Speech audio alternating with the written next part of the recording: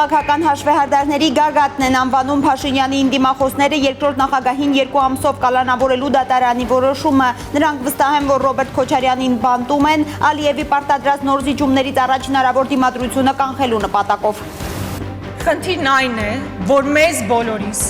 տանում են նոր զիջումների։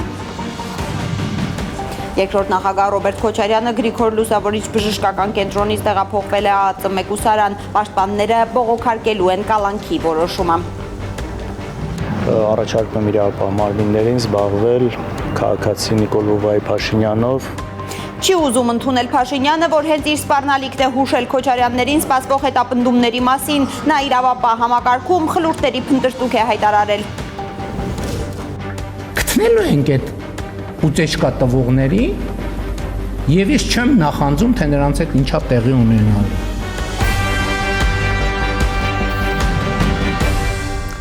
Օգոստոսի 27-ի գլխավոր նորությունները կհայտնի Հայլուրը, բարի երեկո սիրելի հայրենակիցներ, եւ այսպես քաղաքական հաշվեհարդարների, իրավական կամայականությունների եւ ժողովրդավարության քողի տակ իրականացվող բռնապետական գործընթացների գագաթն են անվանում Փաշինյանի դիմախոսները երկրորդ նախագահ Ռոբերտ Քոչարյանին 4-րդ անգամ կալանավորելու որոշումը։ 2018 թվականից 3 անգամ կալանավորվել էր երկրորդ նախագահը սահմանադրական կարգի տապալման մեղադրանքով։ Այս անգամ նրան պաշտոնական լիազորությունները չարաշահելով կաշառք ստանալու եւ փողերի լվացման մեղադրանք է ներկայացվել։ Սուրբ Գրիգոր Լուսավորիչ բժշկական կենտրոնից, որտեղ գտնվում էր առողջական խնդիրների պատճառով, նա տեղափոխվել է Երևան կենտրոն քրեակատարողական հիմնարկ ԱԱԾ մեկուսարան։ Ռոբերտ Քոչարյանին 2 ամսով կալանավորելու որոշումը դատավոր Սարգիս Դադոյանը կայացրել է շտապողականության մթնոլորտում առանց երկրորդ նախագահի ներկայության, այն պահին, երբ նա առողջական վիճակի կտրուկ վատթարացման պատճառով հիվանդանոցում էր։ Պաշտպանները բողոքարկելու են կալանքի որոշումը, հենց որ ստանան այն։ Պաշտպանական կողմն ու Ռոբերտ Քոչարյանի գաղափարակիցները վստահ են, որ իրավական տերոր է գործի դրվել, որի նպատակն է ազգային դիմադրությունը կոտրելը։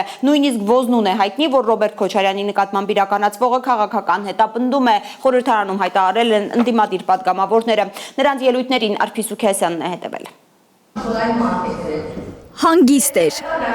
բայց մի պահ։ Ռոբերտ Քոչարյան անունը Ես ելույթ կունենամ։ ցնցում է խորհրդարանի այն հատվածը, որտեղ իշխանականներն են, զայրանում է Ռուբեն Ռուբինյանը։ Այ քեզի բան։ Ոչ միայն զայրանում, այլև ձեռքու ոտքով է խոսում Սասուն Միքայելյանը։ Հա լուրջ վերնեմ ջան, բաբո։ Կարծես շոկ է Արայիկ Հարությունյանի համար։ Երկրորդ նախագահի շուրջ կատարվողի հարցում ճշմարտությունն այնքան դառն է, որ խեղդում է, նկատում են ընդդիմադիրները։ Մի խոսքը ասում է նույնիսկ Ոզնուն է հայտնի, որ սա քաղաքական հետապնդում է։ Հայաստան եւ Ուժեղ Հայաստան խմբակցությունները կասկած չունեն Ռոբերտ Քոչարյանի ու նրա ընտանիքի նկատմամբ իրականացվող քաղաքական հետապնդումը եւս Ալիևյան պահանջ է։ Հայաստանում դատապարտվում են բոլոր նրանք, ովքեր ասում են Արցախ, խոսում են Արցախահայության վերադարձի իրավունքի, հայ առաքելական եկեղեցին ամուր պահելու մասին։ Եկել է վարչապետը, որ Երկրորդ նախագահին, նրա ընտանիքի ու մտերիմների նկատմամբ բռնաճնշումներ սկսելու պատվերը Փաշինյանը հենց խորհրդարանի ամբիոնից է տվել։ Ասել եմ կզծնելու եմ, ուրեմն կզծնելու եմ։ Բյուջեի քննարկման ժամանակ Մեհրիբան Ալիևի ծննդյան օրը Ալիևի տիկնոջը կարծես մի մեծ նվեր անելով նկատում է Էդգար Ղազարյանը։ ասում է ասել եմ կզսնելու եմ, ուրեմն կզսնելու եմ։ Ես զարմանում եմ։ Ասեք մարդու փորը ինչքան պետք է ցավա, որ այդ ժամանակ դիտողություն չանի։ Եվ ասի չի կարելի հյուր ազգային ժողովում ազգային ժողովի ամբիոնից նման խոսույթ առհասարակ հնչեցնել։ Ռուբինյանի այս փորացավի մասին է ակնարկում Ղազարյանը։ Չեմ կարող գորամ, բանա փորս ցավում է։ ՔՊԻ փորացավը իրականում այլ պատճառ ունի, շարունակում են ընդդիմադիրները։ Բացատրում, վերջին խորհրդարանական ընտրություններին իշխանականներին ժողովուրդը այնքան քվե չի տվել, որ կարողանան սահմանադրական փոփոխություններ անել ու այդպիսով կատարել Ալիևի պահանջը, գլխատել Հայաստանի Հանրապետությունը։ Խնդիրն այն է, որ մեզ բոլորիս տանում են նոր զիջումների, նոր էական, կենսական նշանակություն ունեցող զիջումների, եւ այդ ֆոնին պետք է վախի մթնոլորտ տարածել, մեկուսացնել հիմնական քաղաքական ընդդիմադիրներին, որպեսզի կարողանան իրենց համար դրված խնդիրը, իսկ իրենց առջև ով է դրել այդ խնդիրը, բնականաբար Իլհամ Ալիևը, այդ խնդիրները պետք է լուծեն։ Հայաստանի երկրորդ նախագահին Փաշինյանական իշխանությունը կալանավորում է արդեն 4-րդ անգամ։ Դրդապատճառը ոչ թե այս պահին կոնկրետ օգոստոսի քանիսն է արդարադատություն իրականացնելն է նախագահ Քոչարյանի նկատմամբ, այլ տարիների ընթացքում կուտակված ատելության, վրեժխնդրության արտահայտությունն է զուգորդված դատական եւ իրավապահ մարմինների աշխատանքով։ Ռոբերտ Քոչարյանը նրա ավագ որդին կալանավորված չէին լինի, նրանց ընտանիքի անդամներն ու մտերիմները բռնաճնշումների չէին ենթարկվի, եթե համաձայնեին համագործակցել ՔՊ-ի հետ, հայտարարում են Հայաստան խմբակցության ներկայացուցիչները։ Դատել են, ուզում եք քրեական գործը փակվի, համագործակցի ՔՊ-ի հետ, ուզում եք որևէ ոտնձգություն չլինի ձեր ունեցվածքի նկատմամբ, համագործակցի ՔՊ-ի հետ, ասենք Խաչատուր Սուքեսյանի Սիլ Պլազան գնելու գնի հետ կապված ՔՊ-ի մոտ երբեք հարցեր չեն առաջանա։ Ինչու՞։ Խաչատուր Սուքեսյանը իրենց թիմակիցն է։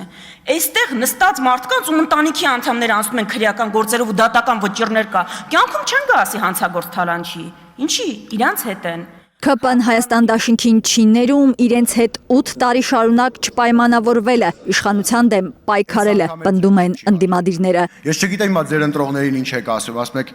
այս քրեական գործերը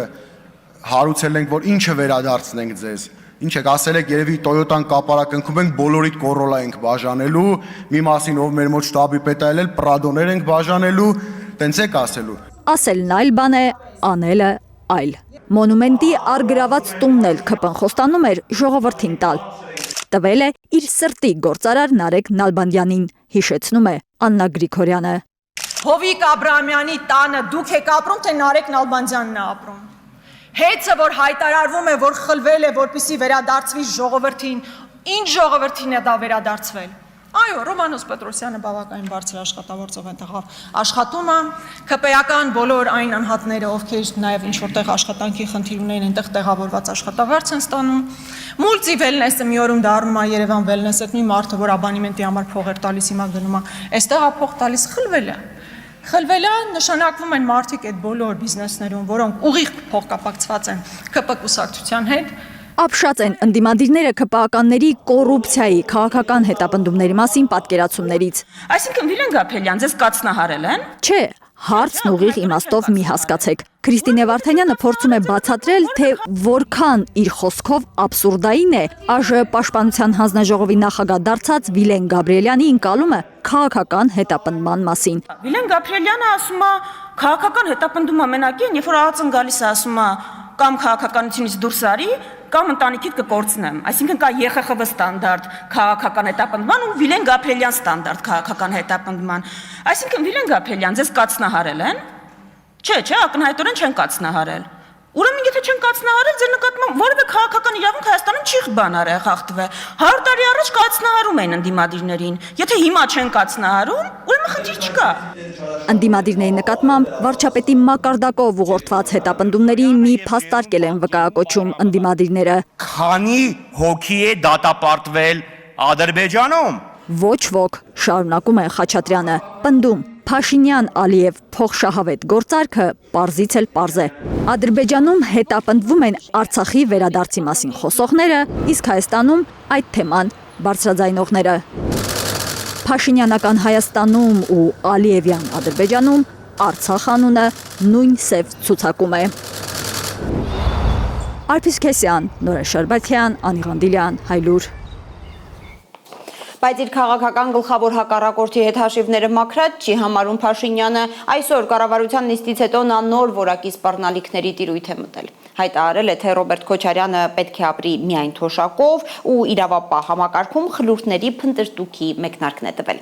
Թերեզա Կադաևչյանի ռեպորտաժը։ Ռոբերտ Քոչարյանի կալանավորումից հետո էլ չի հանդարտվում Նիկոլ Փաշինյանը։ Բոլորի հետևից պետքա գնանք, բոլորի հետևից։ Իրանց զոքանչների,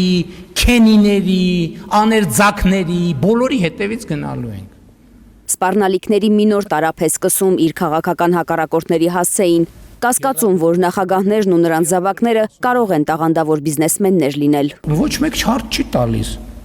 Այդ միլիարդները Ռոբերտ Քոչարյանին որտե՞ց, ասում է բիզնեսով ենք զբաղվել։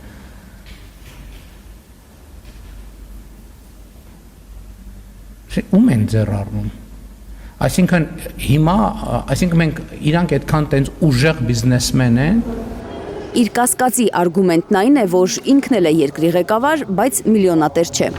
Եթե նորմալ է, բայց խի միլիոնատեր չեմ ժողովուրդ։ Եթե ինքը միլիոնատեր չէ, ինչպես պնդում է, ոչ ոք երկրում միլիոնատեր չպետք է լինի, կարծես սա է Նիկոլ Փաշինյանն ակնարկում։ Համենայն դեպս սնանկությամբ է սպառնում Ռոբերտ Քոչարյանին, Սերժ Սարգսյանին, Գագիկ Ծառուկյանին։ Եվ Ռոբերտ Քոչարյանը, եւ Գագիկ Ծառուկյանը, եւ Սերժ Սարգսյանը ամսի 1-ը որ մոտենա, պետք է հեռախոսը բացեն։ Դրանց թոշակը նստելա թե չէ։ Այս է քաղաքական խնդիրը։ Ինչու? Որովհետև նրանք պետք է ապրեն իրենց թոշակով եւ իրենց օրինական եկամուտներով։ Իսկ ինչ որ ապօրինի ձեռք են բերել, հատիկ առ հատիկ, լումա առ լումա, կոպեկ առ կոպեկ, սենտ առ սենտ, եվրո սենտ, քյաբաբ առ քյաբաբ, այո։ Պետք է վերադարձվի Հայաստանի Հանրապետությանը։ Փաշինյանին հանգիստ չի տալիս Ռոբերտ Քոչարյանի տան այս պաստառը, որով օգոստոսի 25-ին բարի գալուստ էին ասում խուզարկության համար տուն ներխուժած ուժայիններին։ Խեն ձեռով գրել, թող մի հատ տանեին, բարձր որակի պրինտ անեին, իրաց տան գլխին հագցնեին։ Նիկոլ Փաշինյանը, որը ԱԱԾ աշխատակցի անձնական գործն էր համարում Օթակայանից Ռոբերտ Քոչարյանի տեսանյութի արտահոսքը, Տակիցը կարա որոշի ցանկացած բան արտահոսի կամ չարտահոսի, ինչ պրոբլեմ կա դե։ 2 օր է փնտրում է այն իրավապահին, որը ըստ նրա գիշերվա կեսին զանգել է Ռոբերտ Քոչարյանին ու տեղյակ պահել խուզարկության մասին։ Գտնելու ենք այդ ուտեշկա տվողների եւ ես չեմ նախանձում, թե նրանց հետ ինչա տեղի ունենալու։ Հերուն է փնտրում Հայաստանի վարչապետը, ընդհանրապես պետք է հայելու մեջ նայի։ Փաշինյանին հուշում է Հայաստան խմբակցության падգամավոր Ագնես Ախամոյանը, հիշեցնում, հենց նա է ԱԱԾ Ալֆա Ջոկատի մասկի շոուից 1 օր առաջ ազգային ժողովի ամբիոնից հանձնարարել ուժայիններին գնալ Ռոբերտ Քոչարյանի հետևից։ Ինքը ազգային ժողովի ամբիոնից ուղիղ ցուցում է տալիս իրավապահ ուժային կառույցներին, շատ ուղիղ ցուցում է տալիս։ Դրանից էլ առաջ խոսում է, որ նախորդող տարիների ընթացքում քաղաքական չհետապնդումներ են եղել եւ հիմա է իրականացվում քաղաքական հետապնդումը։ Դրանից հետո մենք տեսնում ենք ուժային իրավապահ կառույցների գործողությունները։ Այսինքն, այստեղ անակնկալը ուզում եմ հասկանալ որն է, որ հիմա էլ Նիկոլ Փաշինյանը դռնեդուռ ընկած փորձում է գտնել այն ուժային կառույցի ներկայացուցիչին, ով իբր արտահոսքա իրականացրել։ Խամոյանը մի բացահայտում է անում Քոչարյանների տան բարի գալուստի պաստառի վերաբերյալ։ Ինքն այդ պաստառը երկրորդ նախագահի առանձնատանը տեսել է դեռ ամիսներ առաջ։ Քարոզարշավից սկսած պարզեր, որ անկախ նրանից, թե իրավաբանորեն որքան խարխուլ է ապօրինի գույքի վերաբերյալ հարուցված քրեական գործը, իրավապահները կալանավորելու էին երկրորդ նախագահին։ Հայտնի պլակատը, որը այդպես շանթահարել է Նիկոլ Փաշինյանի հոգին, նախագահ Քոչարյանի առանձնատանը տեսել եմ 2 թե 3 ամիս առաջ նախընտրական շրջանում, դեռևս քարոզարշավի ժամանակ, որովհետև իր քայլերը եւ գործողությունները սպասելի են եղել նախագահ Քոչարյանի համար։ Ինքը դրա մասին հրապարակային խոսել է, այսինքն մարդ կա, որ ինքը պետք է փնտրի եւ գտնի, դա հենց ինքն է, որովհետև ինքը պարբերաբար նախընտրական շրջանում դրանից էլ առաջ հիմա խոսել է, որ հետապնդում է իրականացնելու Ռոբերտ Քոչարյանի նկատմամբ։ Իսկ ինչու է դա ինքը իրականացնելու եւ ինչու է այս տարիների ընթացքում արդեն 4-րդ անգամ նախագահ Քոչարյանը կալանավորվում, որովհետև ի տարբերություն շատերի չի պայմանավորվել Նիկոլ Փաշինյանի հետ։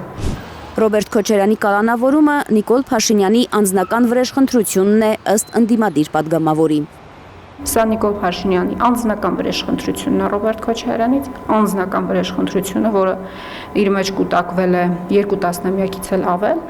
Խորհրդարանական ընտրություններին սահմանադրական մեծամասնություն չստացած Փաշինյանին օդ ու ջրի պես պետք է ընդդիմությունը Ալիևյան սահմանադրությունն անցկացնելու, Ալիևի պահանջները կատարելու համար։ Սակայն գիտի Փաշինյանը, որ ընդդիմությունն այդ գործարքին չի գնալու։ Սա է ըստ Ագնես Ախամոյանի Փաշինյանի նրա խոսքով հիստերիայի պատճառը։ Այս ամբողջ իր հիստերիան դրանով է պայմանավորված, որտեղ ինքը խնդիր ունի։ Ինքը սահմանադրության հանրաքվե իրականացնելու համար խնդիր ունի, որ ազգային ժողովում համապատասխան օրենքը ընդունվի, որովհետև առանց դրա ինքը Ալիևյան սահմանադրությունը չի կարող հանրաքվեի դնել։ Ինքը խնդիր ունի, որովհետև այսօր մեր հասարակությունը, մեծամասնությունը հասկացել է, որ իրականում սահմանադրության փոփոխությունը բխում է ոչ թե հայ ժողովրդի շահերից, մեր պետության շահերից, այլ բխում է բացառապես Նիկոլ Փաշինյանի իշխանության պահպանման շահերից։ Ըստ ընդդիմության, շոուներով, վախի մթնոլորտը թեժացնելով, Հայաստանի վարչապետը փորձում է շեղել հասարակությանը առաջիկայում Հայաստանի համար ճակատագրական գործընթացներից։ Թերեզա Կադաևչյան, Նորայր Շարբաթյան, Էլեն Յահինյան, Հայլուր։ Ռոբերտ Քոչարյանի հետ նույն կաշառքի եւ փողերի լվացման մեղադրանքներով կալանավորվել է նրա ավագ որդին Սեդրակ Քոչարյանը։ Գործով անցնում է նաեւ երրորդ նախագահ Սերժ Սարգսյանը, բայց նրա նկատմամբ խափանման միջոց է կիրառվել բացակայելու արգելքը։ Մեր հաջորդ ռեպորտաժում գնահատականներ են, որ հնչել են գիշերը հակակոռուպցիոն դատարանի բակում, մինչ ընթանում էր երկրորդ նախագահի խափանման միջոցի քննությունը։ Հակակոռուպցիոն դատարանում շուրջ 7 ժամ մնալուց հետո Հայաստանի երկրորդ նախագահ Ռոբերտ Քոչարյանը գիշերը կրկին տեղափոխվել է հիվանդանոց։ Նրա կալանքի միջնորդության քննությունը շարունակվել է առանց նրա։ Վաղ առավոտյան դատարանը որոշել է 2 ամսով կալանավորել երկրորդ նախագահին։ Տեղի ունեցողը Նիկոլ Փաշինյանի անձնական վրեժխնդրությունն է Ռոբերտ Քոչարյանի նկատմամբ։ Տեղի ունեցողը քաղաքական հաշվեհարդար է։ Պատահական չէ, քաղաքական հաշվեհարդարը հետընտրական փուլում պնդում են ընդդիմադիր գործիչները։ Նրանց խոսքով Նիկոլ Փաշինյանը հերթական զիջումներից առաջ փորձում է ձերբակալություններով մարդկանց ուշադրությունը շեղել։ Ազգային ժողովի աշխատանքների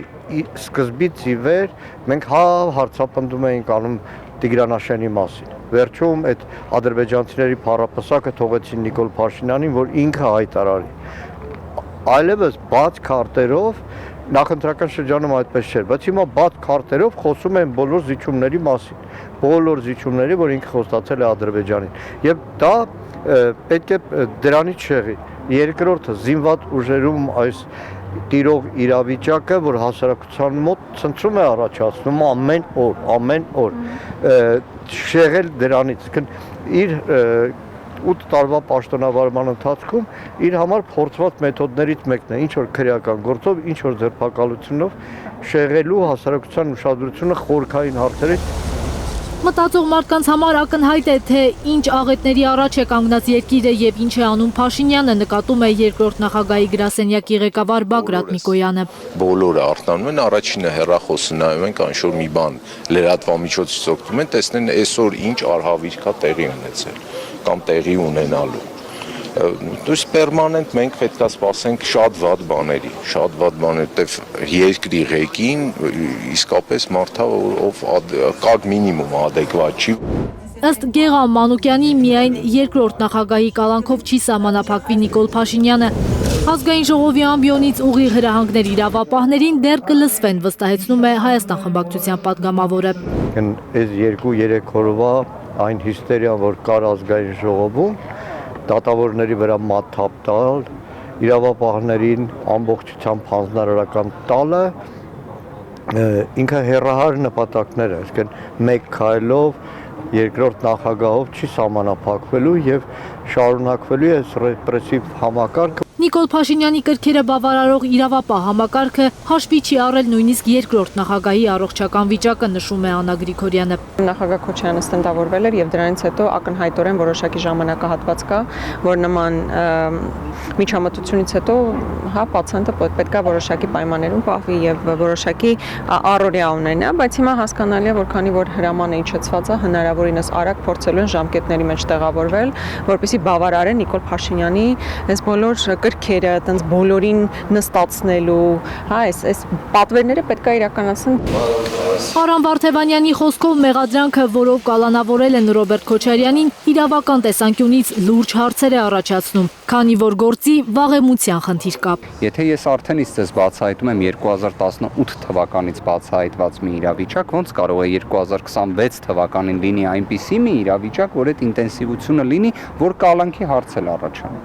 Արդեն կարծես թե ակնհայտ է նաև, որ այստեղ վաղեմության ժամկետի խնդիրներ էլ կան։ Ընդդիմադիրները վստահեցնում են, որ որևէ կալանք իրենց չի վախեցնի։ Ես մեր մասով վստահաբար կարող եմ պնդել, որ այս բոլոր ճնշումներով մեզ չեն կարող վախեցնել։ Ընդդիմադիրները համոզված են, իրավապահները իսկապես անելիք ունեն երկրում։ Հենց դատարանի բակում Լևոն Քոչարյանը հաղորդում է ներկայացնում հանցագործության մասին։ Ես ուզում եմ հաղորդում տալ հանցագործության մասին այս առումով,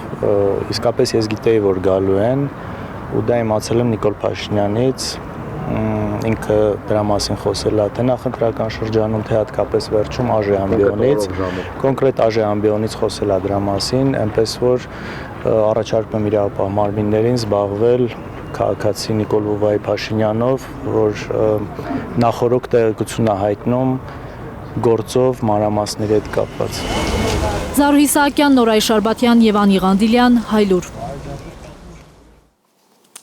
Հիշեցնեմ, որ երկրորդ նախագահն ավելի ուշ Սուրբ Գրիգոր Լուսավորիչ բժշկական կենտրոնից, որտեղ գտնվում էր առողջական խնդիրների պատճառով, տեղափոխվել է Երևան կենտրոն քրեակատարողական հիմնարկած մեկուսարան։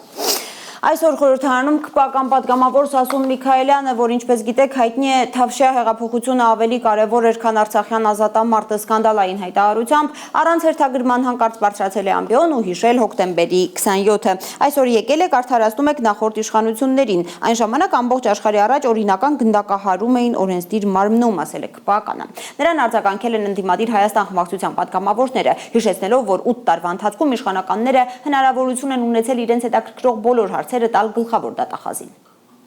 8 տարի իշխանության եղած մարդիկ նման հարցադրումներով չեն խոսում, պատասխաններով են խոսում, ոչ թե հարցադրումներով։ Դուք եկել եք ում եք ինչ հարցնում։ Պարոն Անդրանիկ Քոչարյանն էլ ինձ ընդմիջման ժամանակ ասում է, որտեղ է այն ձայնագրությունը, պարոն Քոչարյան, ասում է Աննա, որտեղ է այս ձայնագրությունը, պարոն Քոչարյան։ Իմ ազգանունը Գրիգորյան է, Վարդապետյան չի։ 8 տարի հնարավորություն ունեցել եք Վարդապետյան Աննային հարցեր տալու, պատասխան ստացել եք, որ պատասխան չեք ստացել, եկել եք ինչ հարցադրումներ եք այստեղ հնչեցնում։ Ես վստահ եմ, որ դուք պետքա կարևորեք ձեր կարգավիճակը, ձեր համապատասխան հանձնաժողովի ղեկավար լինելու հանգամանքը, բայց լավ, դա էլ երկրորդական։ Պարոն Միքայելյան, ինչպես ասացի, իսկապես մեր պատմության ամենասև էջերից մեկն է եղել։ Եվ հոկտեմբերի 27-ից հետո նախագահ Քոչարյանի առաջարկով վարչապետ է նշանակում, ես խնդրում եմ ապահովել լռությունը։ Հոկտեմբերի 27-ից հետո վարչապետ է նշանակվում նախագահ Քոչարյանի առաջարկով Արամ Սարգսյանը։ Պատահական մարդ չէր Արամ Սարգսյանը, Վազգեն Սարգսյանի եղբայրն էր։ Եվ դա ինչ նպատակ ուներ։ Քաղաքական ժեստ էր, որպիսի այն մարդը, ով ամենաշատը պետք է հետաքրքրված լիներ նման ողբերգության բացահայտմամբ, իրականում տեղ չթողներ կասկածի, որ կբացահայտվի։ Այն ժամանակ դատախազով է նշանակվում Գագիկ Ջահանգիրյանը, այդ հարցադրումներ ինձ տալու փոխարեն Գագիկ Ջահանգիրյանին տվեք, Բորիս Նազարյանին տվեք։ Ընդհանուր առմամբ ողբերգությունից հետո կարևորագույն պաշտոններին նշանակվում են մարդիկ, ովքեր ոչ թե Ռոբերտ Քոչարյանի մարդիկ էին, ովքեր պետքա պարտակ էին, այլ մարդիկ էին, ովքեր ուղիղ հետաքրքրվածություն ունեին ողբերգության բացահայտման մեջ, եւ եղավ այն ինչ եղավ, Նայիրի Հունանյանն այսօր ԱԱԾ պատվալում է։ Ես սպասել եմ Սասուն Միքայելյանի ելույթին։ Ես սպասել եմ, որ ինքը գա ու այս ամբիոնից պատմի, նկարագրի, թե ինքը ինչ է զգացել, երբ որ Նիկոլ Փաշինյանը, ձեր քաղաքական թիմի առաջնորդը, հայտարարել է, որ Ղարաբաղյան շարժումը բեռա, թակարդ է, թոկ է, որ Հայաստանի պետականությանն ու ապագան զրոյացնելու նախագիծ է։ Ես անկեղծ եմ ասում, ես անկեղծորեն ցանկացել եմ լսել Սասուն Միքայելյանին, առաջին պատերազմի մասնակից, երկրապահի նախագահ, կամանդիրին եմ ուզեցել լսեմ ի վերջո։ Ու առաջին ելույթը Սասուն Միքայելյանի ինչի մասին էր։ Հոկտեմբերի 27-ի։ Հոկտեմբերի 27-ի ողբերգության հերթական անգամ շահարկման։ Այստեղ տեսարաններ նկարագրեց պարոն Միքայելյանը, իմ ավագ գործընկերներ ասեցին, որ անգամ դալիճում չի եղել, գիտեք ուր է եղել, ամենայն հայոց կաթողիկոսի ընտրությանն է եղել։ Բայց մի բանի մասին չխոսեց, պարոն Քոչարյան։ Այս ցուցակի մասին ինչի չխոսեց պարոն Միքայելյան, այս ինչ ցուցակ է։ Այս ինչ ցուցակ է, պարոն Քոչարյան։ Վազգեն Սարգսյանը ձեր ընկերն էր, չէ՞։ Վազգեն Սարգսյանը ձեր ընկերն էր, չէ՞, ամբողջ կյանքում Վազգեն Սարգսյանի անունը քաղաքական կապիտալի վերածեցիք, օգտագործեցիք, բայց երբ որ ձեր ընկերոջ մարմինը դեռ չէր սառել այս դալիճում, դուք իր դիակի վրա առևտուր էիք անում։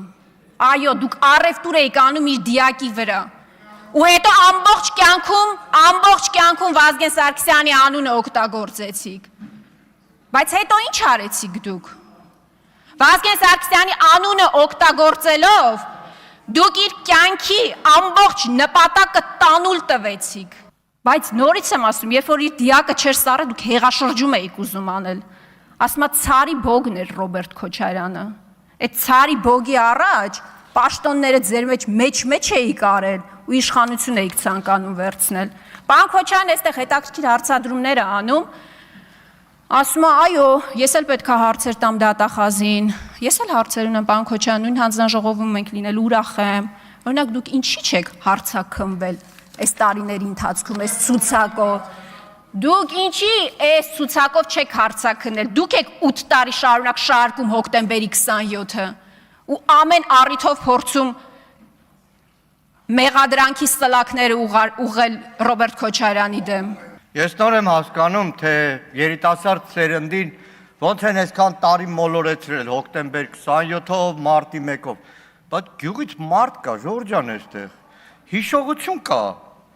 Հիշողություն կա։ Մանրամասը սկսենք հոկտեմբեր 27 անդրադառնալ։ Անցագիրը ոնց իջեցած, նայեք, հատկապես այն բոլոր մարդիկ, որ չեն հիշում 99 թվականին այս մետալ իսկացել չկար, ով մինիստրների հետ գործ ուներ կարողանում էր ազգային ժողով մտնել։ Նեն չի որ ՊՊՑ-ն են ժամանակ բաներ, ձեր սիրած ՊՊՑ-ն։ Սասուն Միքայելյանց պա ցարի բոգեր Ռոբերտ Քոչարյան։ Բա Արամ Զավենի Սարգսյանը ողորմի ձեր սպանած Մանվել Գրիգորյանի ու Սեյրան Սարոյանի գլխավորությամբ ոնց էր այդ կորտեժներով ամեն օր գալիս կառավարության շենք։ Ով էր տերուտ իրականը Հայաստանում։ Ով էր գլխավոր դատախազը։ Ոնց էր երկրապան ամբողջ օրը կառավարության շենքում։ Ով էր տերուտ իրականը։ Չեք հիշում, դրա համար օգտվում են ու կեղծում են պատմությունը։ Այդ ժամանակ նախաքննության տերուտ տիրականը եղել է Արամ Զավենի Սարգսյանը, Ջանգիրյան Գագոն, մնացածը, որ ինչ ուզեցել են դրանց գլխին արել են, 8 տարի էլ ունեցել եք, տանեիք գեղումները, հանեիք ասեք դե պատմի ճշմարտությունը, որտեղ դուք գիտեք ճշմարտությունը,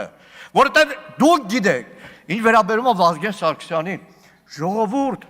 Վազգեն Սարգսյանի անունը չտակ, մեղ կա, երբ որ ասում են Տիգրանաշենը անկլավա դուք Վազգեն Սարգսյանի նորից եք թաղում։ Կաթողիկոսը եւ 6 եպիսկոպոսները չեն ներկայանա օգոստոսի 28-ի դատական նիստին։ Մայրաթորը հայտնում է, որ քրեական դատավարության օրենսգրքով նախատեսված իրավունքով ամենայն հայոց կաթողիկոսի եւ բարձրաստիճան հոգեվորականների շահերը կներկայացնեն պաշտպանները։ Ինչպես գիտեք, անկախ Հայաստանի պատմության մեջ առաջին անգամ է, որ առաքելական եկեղեցու առաջնորդը կանգնում է դատարանի առաջ։ Նախորդ դատական նիստին կաթողիկոսը անձամբ ներկա էր։ Գարեգին II-ն ու 6 բարձրաստիճան հոգեվորականները մեղադրվում են դատական ակտը չկատարելու համար։ Եթե դատարանը հաստատի մեղադրանքը, նրանց սպառնում է առավելագույնը 2 տարվա ազատազրկում։ Գործով միակ տուժողը վարչապետի հակակաթողիկոսական արշավին միացած 10 եպիսկոպոսներից Գևորգ Սրբազանն է։ Կաթողիկոսը պաշտոնանկ էր արել նրան, իսկ դատարանը պարտավորեցրել էր վերականգնել հոգևորականին իր պաշտոնում։ Մայրաթորը սակայն կարգալույծ էր արել Սարոյանին, հայտարարելով, որ այս հարցերը դատարանի տիրույթում չեն։ Ըստ Մայրաթորի այսօր տարածած հայտարարության, վեհափար հայրապետի եւ 6 եպիսկոպոսների նկատմամբ կիրառվող մեղադրանքը անօրինական միջամտություն է եկեղեցու ներքին կյանքին։ Ամենայն հայոց կաթողիկոսի եւ եպիսկոպոսների իրավունքները պետք է անհապաղ վերականգնվեն, նրանց նկատմամբ ապօրինի քրեական հետապնդումը դադարեցվի։ Բագրատ Սրբազանի եւ նրա 17 աջակիցների դատավարությունը այսօր հետաձգվել է, քանի որ գործով անցնող Տիգրան Գալստյանի տանը նիստի պահին խուզարկություն է եղել։ Պաշտպանը հայտնել է, որ նիստը հնարավոր է շարունակել իր պաշտպանյալի բացակայությամբ, բայց հանրային մեղադրողը այդ տարբերակը բացառել է։ Դատախազը պնդել է, թե ինքը տեղյակ է, խուզարկությունն ավելի շուտ է սկսվել եւ Գալստյանը ունեցել է հնարավորություն դատարանին հայտնելու, որ չի կարող ներկայանալ։ Պաշտպանի խոսքով այսպիսի պնդում անելուց առաջ պետք է հասկանալ, արդյոք Տիգրան Գալստյանը ունեցել է հասանելիություն կապի միջոցներին։ Կարճ քննարկումից հետո դատավոր Կարեն Ֆարխոյանը հետաձգել է նիստը։ Հակաեկեղեցական արշավով է Փաշինյանը հիմք ստեղծել քաղաքական մեծ ռեպրեսիաների համար, այսպիսի հայտարարություն արել այսօր դեմոկրատական այլընտրանք կուսակցության ղեկավարը։ Սուրեն Սուրենյանցի բնորոշմամբ արտաքին պատվիրատուներն են դրդում Փաշինյանին հանգցնել դիմադրության բոլոր օջախները Հայաստանում, որպեսզի անխոչնդոտ լինի պարտադրվող զիջումների ուղին։ Քաղաքական հաշվեհարդարին նոր թափ է հաղորդել ԿՊԱ-ական իշխանությունը, համոզված է դեմոկրատական այլընտրանք կուսակցության ղեկավար Սուրեն Սուրենյանցը։ Քաղաքական հաշվեհարդար է կուլակաթափության, ունեզրկման վառ արտահայտված բաղադրիչներով։ Քաղաքագետը նկատում է երկրորդ նախագահ Ռոբերտ Քոչարյանի դեմ հարուցված գործը բացառապես քաղաքական է, իրավական որևէ հիմք չկա նախագահին առաջադրված մեղադրանքում։ Սուրենյանցն իր զորակցությունն է հայտնում Հայաստան դաշինքի առաջնորդին։ Այս գործը որևէ կապ չունի արդարադատության եւ օրինականության վերականգնման հետ։ Ակնհայտորեն ընտրվել է թիրախավորման հստակ պահ, ժամանակ։ Քաղաքագետը հիշեցնում է 2025-ին հակաեկեղեցական արշավով է Փաշինյանը սկսել քաղաքական մեծ ռեպրեսիաները Հայաստանում։ Ռեպրեսիաները սկսվել են 1 տարի առաջ։ 1 տարի 3 ամիս առաջ տոտալ ռեպրեսիաները, երբ որ սկսվեց հակաեկեղեցական կամպանիան, հետո Սամվել Կարապետյանի գործ, հետո Սրբազան պայքար, արդարների գործը, հետո Միքայել եւ նաեւ Միքայել Սրբազանի թիրախավորումը, պարոն Ծառուկյանի այդ խայտարակ կալանավորումը օրենքի եւ բարոյականության բոլոր նորմերի խախտումներով ու շարունակվում է այդ process-ը։ Ըստ Սուրենյանցի 3 հիմնական պատճառ կա, որոնք Փաշինյանին ստիպում են քաղաքական գործեր բացել ընդդիմադիրների դեմ։ Նախ ըստ Սուրենյանցի հիմնական ընդդիմադիր ուժերը գլխատելու նպատակով է Փաշինյանը պատվիրել ազատազրկել Սամվել Կարապետյանին, Ռոբերտ Քոչարյանին ու Գագիկ Ծառուկյանին։ Ինչ անում են, ասում են մենք սա անում ենք ժողովրդին վերադարձնելու, ժողովրդի բարեկեցությունը ապահովելու, թալանը հետ վերադարձնելու կարգախոսով, բայց ես մի օրինակ բերեմ։ Այն փուլում, երբ որ Արադ ցեմենտը պետական կառավարման տակ չէր, այսինքն մուլտիգրուպի կառավարման տակ էր, ցեմենտի 1 տոննան վաճառվում էր 40,000 դրամով։ Հիմա ցեմենտի 1 տոննան դարձել է 47,000 դրամ։ Ընդամենը մի ամիս է պետական կառավարման տակ ընկի։ Հիմա դուք ինքներդ դատեք, ասենք էս ով է թալանում։ Այդ ժողովրդին վերադարձնում են ժողովրդի համար ավելի ծանր պայմաններով։ Ըստ Սուրենյանցի արտաքին պարտավորություններն են Փաշինյանին ստիպում իրավական մահակով ճնշել ընդդիմադիրներին։ Նիկոլ Փաշինյան այս ռեպրեսիաներով փորձում է ստեղծել իր համար քաղաքական բարենպաստ միջավայր արտաքին պարտավորություններ կատարելու համար։ Սահմանադրության փոփոխություն, անկլավների զիջում թվարկում է քաղաքագետը։ Այդ օրենքի փոփոխության հարցը հանրաքվեի դնելու համար խորհրդարանում 6 մանդատ պակասում է քաղաքացիական պայմանագրին։ Ըստ Սուրենյանցի, այդ բաղձալի ձայներն է փորձում կորզել Փաշինյանը քաղաքական հետապնդումների հսկա ալիքով։ Դիմադրության կենտրոնները փոշիացնում է, որպիսի օրինակ պարլամենտում հնարավոր լինի լուծել այն 6 պակասող մանդատների հարցը։ Օրինակ եմ ասում։ Կամ եթե 6 մանդատների հարցը չի կարողանում լուծել, գլխատված ընդդիմության պարագայում չեն բացառում, օրինակ 1 տարի հետո նոր արտահերթ ընտրությունների անցկացումը։ Ադրբեջանի առաջ ստանձնած պարտավորությունների մասին բոլորը գիտեն, ասում է քաղաքագետը, բայց պնդում արտաքին պարտավորություններ Փաշինյանն ունի նաև արևմուտքի առաջ։ Ոչ պակաս վտանգավոր է արևմտյան կենտրոնների թելադրանքով այն հակառուսական ստրիպտիզը, որին ականատես ենք։ Դա էլ ավելի մեծ փորձության եւ փորձանքի առաջ է կանգնեցնելու Հայաստանին եւ հայ ժողովրդին։ Քաղաքական բռնաճնշումների երրորդ գործոնը ըստ քաղաքագետի Հայաստանի ստրատեգիական կուրսի փոփոխությունն է։ Փաշինյանի կառավարությունը հայտարարել է, թե Ռուսաստանը այլևս ռազմավարական դաշնակից չէ։ Սպասեք, որ շատ մոտ ապագայում Նիկոլ Փաշինյանը ձևավորելու է իրեն հաճո ինստիտուտներ, օլիգարխիատ համակարգ, որը արդեն սպասարկելու է իշխանության նոր ստրատեգիական կուրսը։ Քաղաքագետի կանխատեսմամբ ներքաղաքական ճնշումների շարունակումը ընդդիմադիր շարժման ակտիվացմանն է հանգեցնելու։ Սուրենյանցը անխուսափելի է համարում քաղաքական դիմադրությունը։ Ալբերտ Սերոբյան, Արաքել Օհանյան, Գագիկ Տեր-Ղազարյան, Հայլուր։ Գլխավոր դատախազության շենքի դիմաց ազատություն քաղաք բանտարկյալներին գրության պաստառներով բողոքի ակցիա են արել Մայր Հայաստան կուսակցության անդամները։ Պայթել է այն շինծու քրեական գործը, որի համար կալանավորվել են Մայր Հայաստան կուսակցության առաջնորդ Անդրանիկ Թևանյանը եւ Արեգ Նազմանուկյանը, հայտարարել են նրանց դիմակիցները, պահանջելով դադարեցնել քրեական հետապնդումները։ Մայր Հայաստան կուսակցության անդամները քայլերթով շարժվել են կառավարության շենքի մոտ, իրենց ակցիան շարունակել այնտեղ։ Սկզբնական շրջանում քննչական կոմիտեի տարածած հաղորդագրությունը, երբ որ դնում ենք մեր ձախ կողմում, եւ այս պահին գործ ու դատարան ուղարկված գործը դնում ենք աջ կողմում եւ փորձում ենք համեմատել։ Ուրեմն այն ապագորգոր վերնագրերը, որ տարածում էիք $622,000 դիմաց պետական գաղտնիք, դատարան ուղարկած ձեր գործի մեջ $622,000 գումարի դիմաց այսպես կոչված պետական գաղտնիք տրամադրելը գոյություն չունի։ Չկա որևիցե ապացույց առաջին հերթին նման գումարի փոխանցման եւ ստացման վերաբերյալ, ինչպես նաեւ գործում չկա պետական գաղտնիքի վերաբերյալ որևիցե ապացույց։ Այդուք եկան եք նաեւ նպաստում շոուներին, որ մարդին ոնքով եկել են քննչականի մոտ։ Սիրելի հայրենակիցներ, այժմ համառոտ այն մասին, թե ինչ ունենք թողարկման երկրորդ մասում։ Այսինքն, որ ասում ենք խաղաղությունը կա թե չկա, սրա մասին է։ Խաղաղություն է ըստ Փաշինյանի չսահմանազատված ներքին հանդում, որտեղ գրեթե 4 տարի է շատ ծնողներ չեն կարողանում գնալ որդիների շիրիմներին, բայց որոշ ծնողներ խնդրել են կառավարությանը գյուղում խաղաղ հրապարակ սարքել։ Ինչպես կարելի է գնալ ջունգլի եւ արյուծի տնի մոտ հասցնել ոնց որ ասեն ինչ-որ մի հատ բան սարքել։ Ինչու է իշխանությունը շարունակում խոցել անգամ պատերազմում հաշվված զինծառայողների ծնողներին, առաջին կարգի հաշմանդամություն ստացած սպայի մորը տուգանել են հանրային տրանսպորտում չվճարելու համար, չնայած նա հատուկ քարտ է ունեցել, աղմուկից հետո տուգանքը անբավեր համարելու կարգադրություն է իջեցվել։ Աշխատակիցը քաղաքապետարանի ասել էր, որ ոչ դրանով միայն կարող է երթևեկել Էրիկը։ Կպատմենք աղետի մասին, որ պատուհասել է Նեպալին ու Տիբեթին, հենց սահմանին սողանքի եւ հեղեղի հետևանքով 900 մարդ է անհետացել, առնվազն 330 մարդ զոհվել է, այդ թվում բազմաթիվ զբոսաշրջիկներ։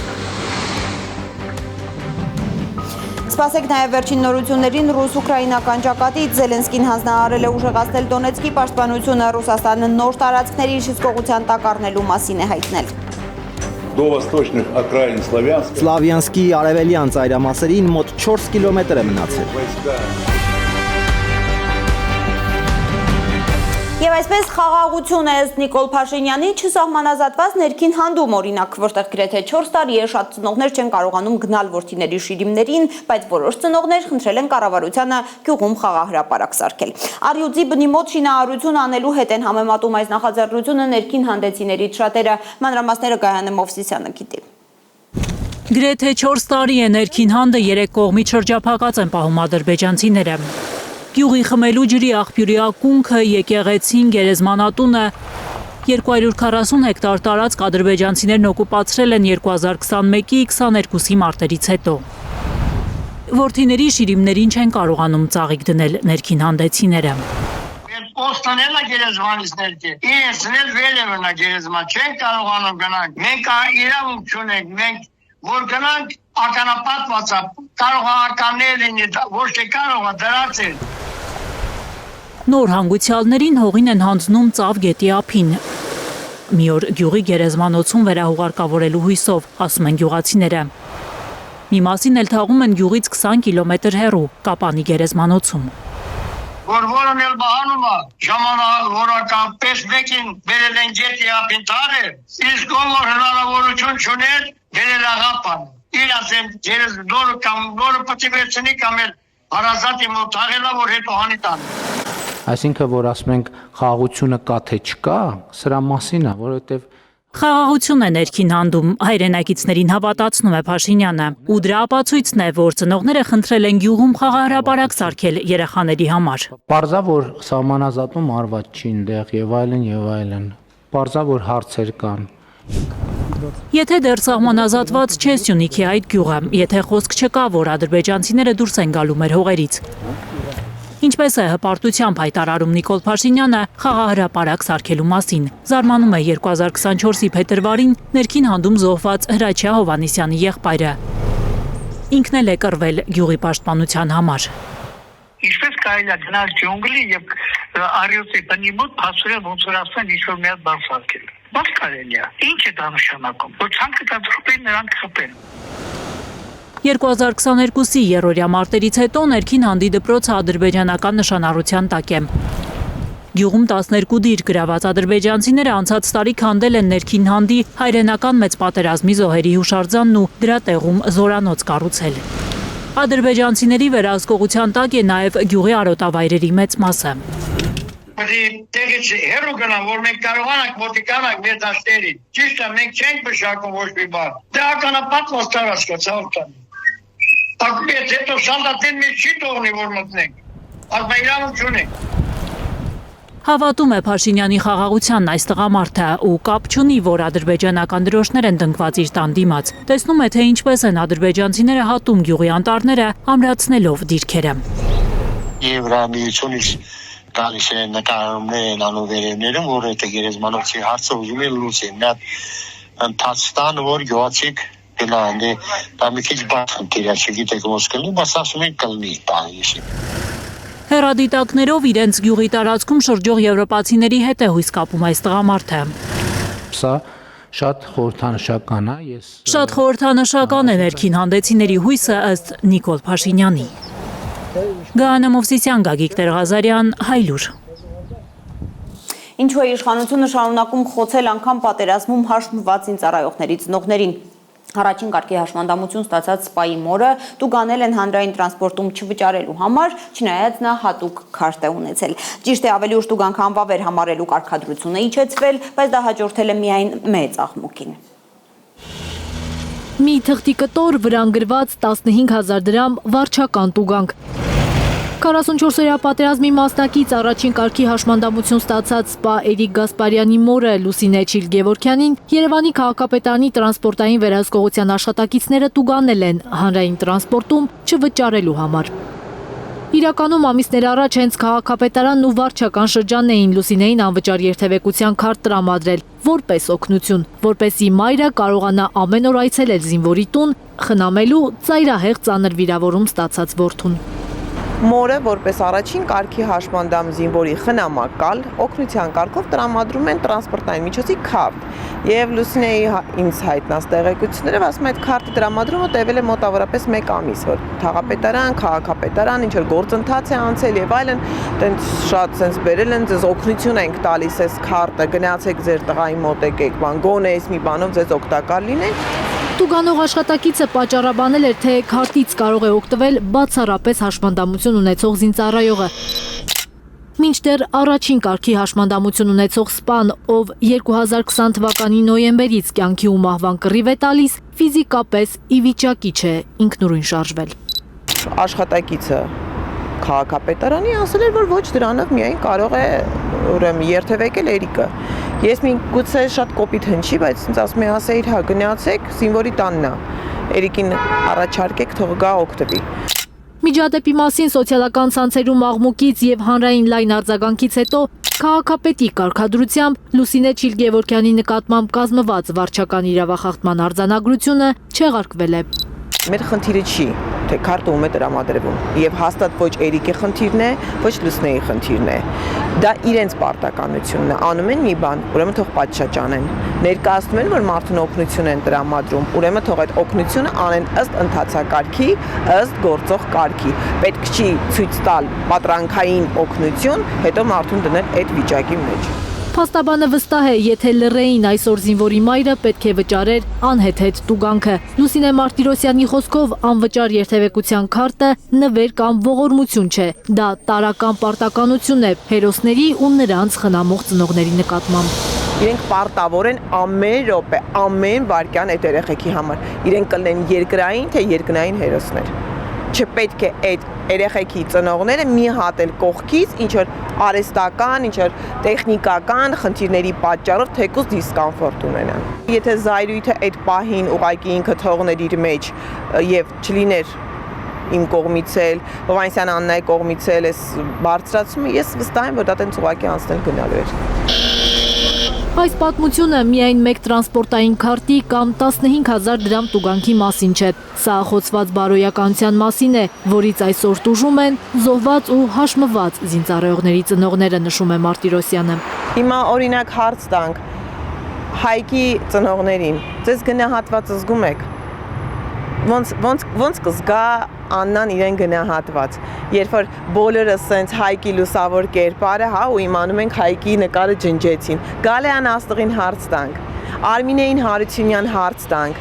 տենց հերթով թվարկեմ, գնահատված իրենց կզգան, եթե իրենց երեխաներին ասում են գնացին ոչինչի համար, երբ որ մինչև այսօր իրենց երեխաներին ասում են 50 պլյուս մինուս 50, պապի ծնողներին, որ երեխան չկա, գերեզմանն էլ չկա, գնահատված կզգա պապի ծնողը իրեն։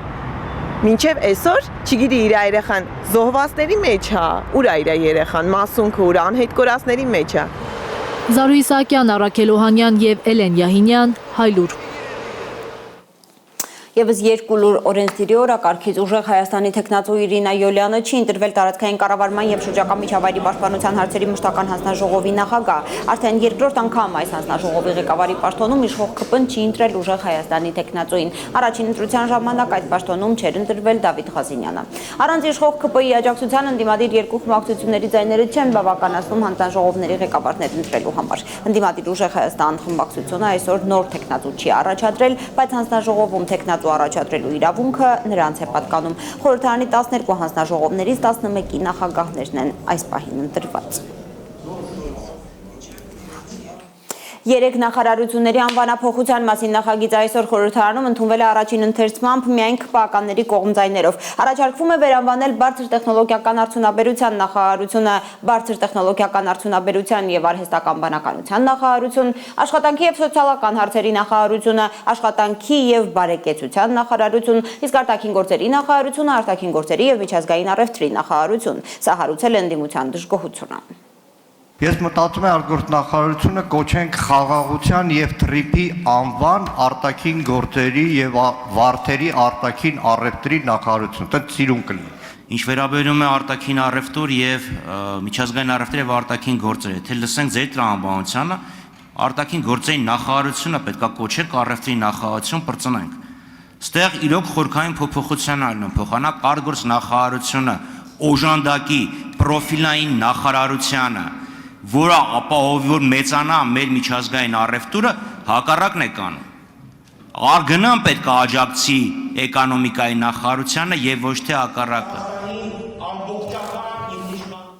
Ռուս-ուկրաինական ճակատ տեղափոխվենք, Զելենսկին հանձնարարել է ուժեղացնել Դոնեցկի պաշտպանությունը, Ռուսաստանը նոր տարածքների հսկողության տակ առնելու մասին է հայտնել։ Զարգացումներին Ծովինար Բարխուդարյանն է հետևում։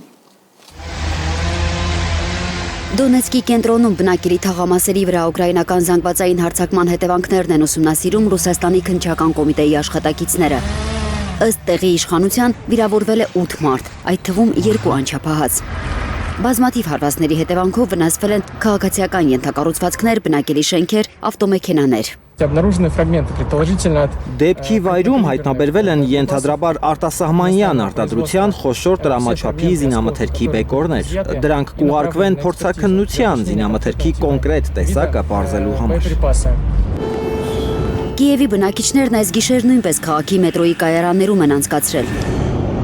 Ռուսական բանակը բալիստիկ հրթիռներով եւ անօդաչուներով հարվածել է Կիևին, Կրիվոյ Ռոգին, Բորիսպոլին, Սումիին, Կրեմենչուգին եւ Օդեսային։ Տեղի իշխանությունների տվյալով վիրավորներ կան։ Ռուսաստանի պաշտպանության նախարարությունը հաստատել է հարվածները, ընդգծելով, որ ռուսական զինուժի թիրախում ռազմաարդյունաբերական համալիր, մետալուրգիական եւ նավթավերամշակման արդյունաբերության օբյեկտներ, ինչպես նաեւ լոգիստիկ կենտրոններ են եղել։ Մոտ 7 ժամ զանգվածային հարվածի տակ են եղել Օդեսայի մարզի նավահանգիստների աշխատանքն ապահովող էներգետիկ ենթակառուցվածքները։ 2 վիրավոր կա Կրիվոյ Ռոգում։ Իր լոգիստիկ օբյեկտների վրա նոր հարձակումների մասին է հայտնել ռուսական օզոն առցանց առևտրի հարթակը։ Ընկերությունը հայտնել է, որ ուկրաինական անօդաչուները փորձել են հարվածել Օրենբուրգում եւ Ուֆայում գտնվող լոգիստիկ կենտրոններին։ Աշխատակիցները տարհանվել են, նախնական տվյալով տուժածներ չկան, հրդեհներ չեն բռնկվել։ Օրենբուրգի կենտրոնն արդեն վերսկսել է աշխատանքը 1 օրով սահմանափակելով միայն առաքումների պատվերների ընդունումը։ Ուֆայի լոգիստիկ համալիրը դեռ փակ է։ Добрый день, товарищ офицер. Մոսկվան հայտարարել է, որ ռուսական առևտրային եւ տնտեսական ենթակառուցվածքներին ուկրաինական հարվածներին կոշտ պատասխան կտա։ Կրեմլից միաժամանակ նշել են, որ Ռուսաստանին անհրաժեշտ չէ ընդլայնել կամ սրել ռազմական գործողությունները Ուկրաինայում, պնդելով, որ ռուսական ուժերը այնտեղ արդեն առաջ են շարժվում։ До восточных окраин Славянска осталось 4 километра. Սլավյանսկի արևելյան ծայրամասերին մոտ 4 կիլոմետր է մնացել։ Կրամատորսկից արևելք հաջողությամբ չեզոքացնում ենք պաշտպանվող հակառակորդին։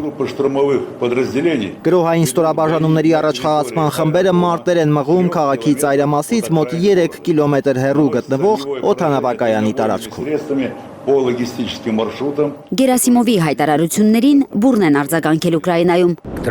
Ուկրաինական մի շարք հարթակներ գրում են, որ ռուսական զորքերը Կրամատորսկից ոչ թե 3, այլ մոտ 7 կիլոմետր են հեռու։ Զելենսկին կադրեր է հրապարակել զինվորականների հետ խորհրդակցությունից, ընդգծելով, որ հանձնարարել է ուժեղացնել Դոնեցկի մարզի եւ մյուս առանցքային ուղղությունների պաշտպանությունը։ Ծովինար Բարխուդարյան, Անի Ղանդիլյան, Հայլուր։ ԱՄՆ կենտրոնական հետախուզական վարչության տնօրեն Ջոն Ռեդքլիֆի այս շաբաթ Մոսկվա կատարած չհայտարարված այցի նպատակը Ռուսաստանին նախազգուշացնելն է եղել։ Այս մասին գրում են ամերիկյան Wall Street Journal եւ Politico պարբերականները, հղումանելով իրենց աղբյուրներին։ Ըստ հրապարակումների Ռեդքլիֆը փորձել է զգուշացնել, որ ՆԱՏՕ-ի անդամ որևէ երկրի վրա հարձակումը անթույլատրելի է, քանի որ Վաշինգտոնը մտահոգված է, որ Ուկրաինայում պատերազմի թեժացմանը զուգահեռ կարող են աճել Ռուսաստանի եւ ՆԱՏՕ-ի միջև ուղիղ առճակատման ռիսկերը։ Ըստ նույն աղբյուրների Միացյալ Նահանգների կենտրոնական հետախուզական վարչության տնօրենը Մոսկվային կոչ է արել նաև կրճատել ռազմատնտեսական աջակցությունը Իրանին։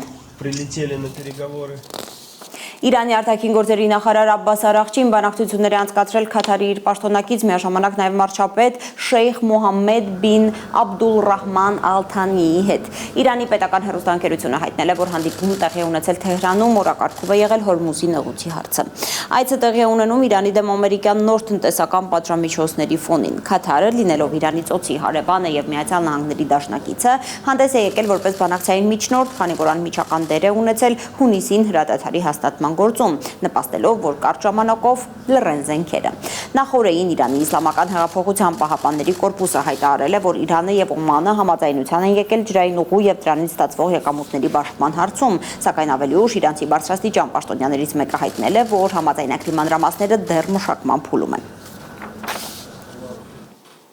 Իրանի արտաքին գործերի նախարար Աբբաս Արաղչին նամակով դիմել է ՄԱԿ-ի գլխավոր քարտուղարին, անվտանգության խորհրդի քարտուղարին եւ անդամ պետություններին, կոչանելով դատապարտել Միացյալ Նահանգների գործողությունները, որոնք Թեհրանը բնութագրում է որպես տնտեսական ահաբեկչություն։ Իրանի դեմ ագրեսիվ պատերազմներում իր հանցավոր նպատակներին չհասնելուց հետո Միացյալ Նահանգները որոշել է ճնշման ու հարկադրանքի միջոցով հետապնդել նույն անօրինական նպատակները տնտեսական ահաբեկչության գործիքներով, նամակում նշել է Արաղչին։ 2015-ի 9000 մարդու կյանք խլած երկրաշարժից հետո նոր ավերիչ աղետ է պատուհասել Նեպալին ու Տիբեթին։ Հենց սահմանին սողանքի եւ հեղեղի հետևանքով 900 մարդ է անհետացել, առնվազն 330 մարդ զոհվել է։ Պաշտոնական տեղեկություններով անհետ կորածների թվում բազմաթիվ օտարերկրյա զբոսաշրջիկներ կան։ Տարվա այս սեզոնին զբոսաշրջիկները, հատկապես ուխտավորները, հաճախ են այցելում Նեպալ ու Տիբեթ։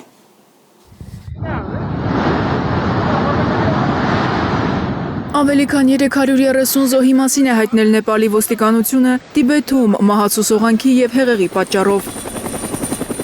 900 մարդ անհետ կորած է համարվում։ Փրկարարներն ամբողջ գիշեր ուղղաթիռներով աշխատել են, մոտ 100 մարդու հաջողվել է փրկել։ Պաշտոնական տվյալով անհետ կորածներից 517-ը զբոսաշրջիկներ են։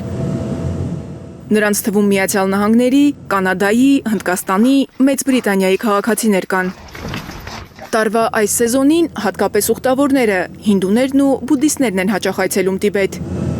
Տեսախցիկները ֆիքսել են ինչպես է ջրի եւ ցեխի հոսքը քշում տանում ճանապարհին հանդիպած ամեն ինչ։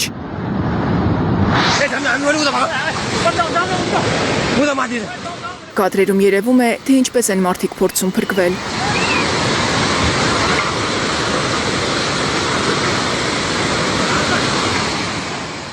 Չինաստանի իշխանությունները հայտարարում են, որ փրկարարական գործողությունները ժամ առ ժամ դժվարանում են եղանակի պատճառով։ Հեղեղված տարածքներում ցեխի խորությունը գրեթե 1.5 մետր է։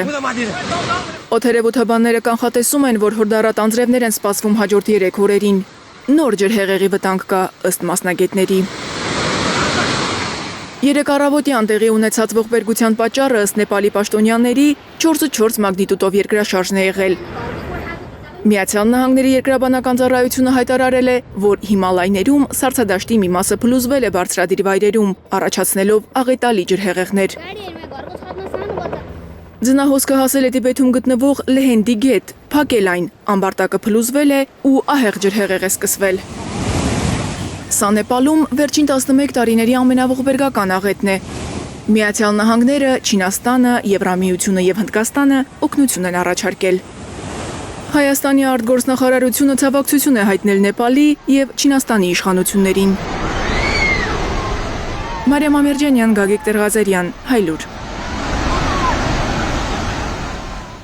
Անտարային հրդեհների պատճառով Ալժիրում 12 մարդ է զոհվել, 54 մարդ վիրավորվել է, 6 մարդ ծայրահեղ ծանր վիճակում է։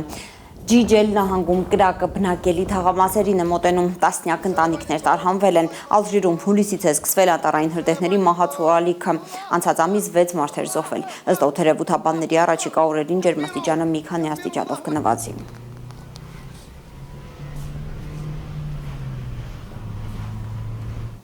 Իսկ մեր երկրում ամռան վերջին անսպասելի կարկուտ է տեղացել։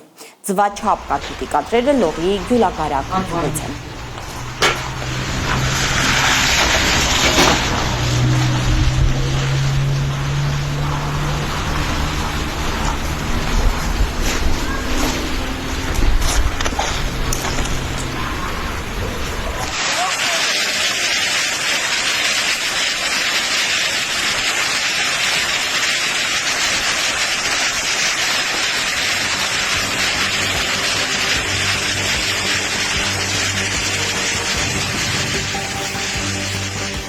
Դուք դիտում էիք Հայլուրը, շնորհակալություն ուշադրության համար, կհանդիպենք։